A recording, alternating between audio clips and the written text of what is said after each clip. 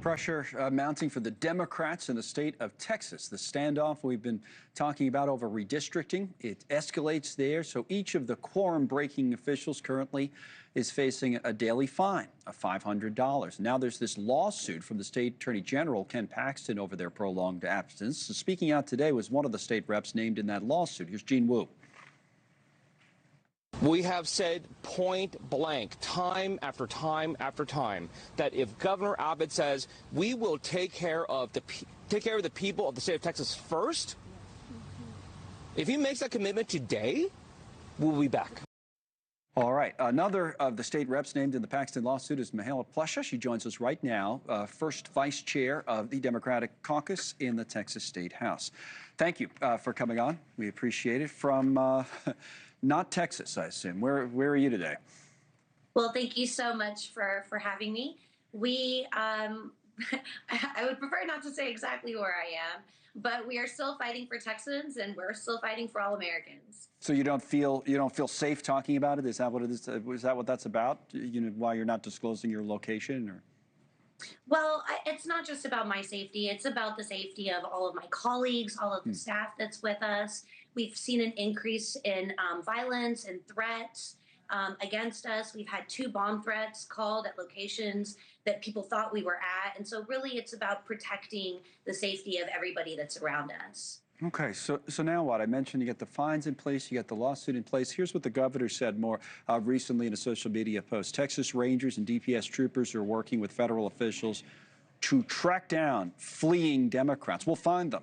We'll hold them accountable. You may soon find the derelict Democrats on milk cartons. Response to that and where this is all going? Well, it's really unfortunate that our governor is taking such a serious issue and trying to make jokes about it. This is really about upholding the pillars of democracy. Look, in all of these lawsuits that whether it's our governor or our attorney general, we see that they're conflicting. We see that a lot of them are frivolous. We see that they're citing century-old cases because they're literally in disarray, and they're really desperate right now. Look, we are civilian lawmakers. We are teachers. We're real estate agents. We're small business owners. We make $7,000 a year doing this job. And this job, it's only supposed to be 140 days every 2 years. Now, the governor can call these specials, but we've never seen the governor call specials and put, you know, the priorities of the federal government before our state needs. What do you do outside of this when you're not, representing the state? Well, I ran a small business. I made Texas-made products in the fashion and merchandising area. And you're able to do that remotely, I guess? I mean, because to your point, some people can't, they're not getting their job done because they're staying out of government, but they're also affecting their lives in other ways. I'm just wondering how long this can go on for, right? I mean, without kind of taking a side on either end, I mean, it's hard for me to see it any other way that it has to end at some point. You know, they have the numbers on the Republican side that you guys come back and they push this through at some point. But am I missing something there? Well, it's just like what our chairman of the House Democratic Caucus said this morning. We never said that we weren't willing to have the conversation about redistricting. What we thought was disrespectful was the fact that every hearing that was had up until the very first bill that was put on the House floor, which was August 4th, had to do with redistricting.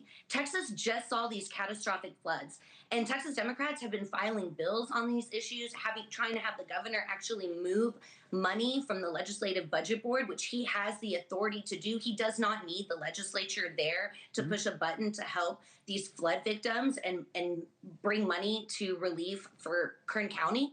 But the problem is right now is that those people, Kirk County, the Hill Country, they're on the back burner, and political power grabs is on the forefront of the priorities of the first called session. So we've always said we want to kill the first called session. That ends on August 19th. We want to put Texas families first. We want to talk about the STAR test. We want to talk about property taxes. We don't want to do the bidding of, millionaires in D.C. All right. Thank you for watching. Subscribe below and download our NewsNation app right now on your phone, and you will get fact-based, unbiased news for all Americans.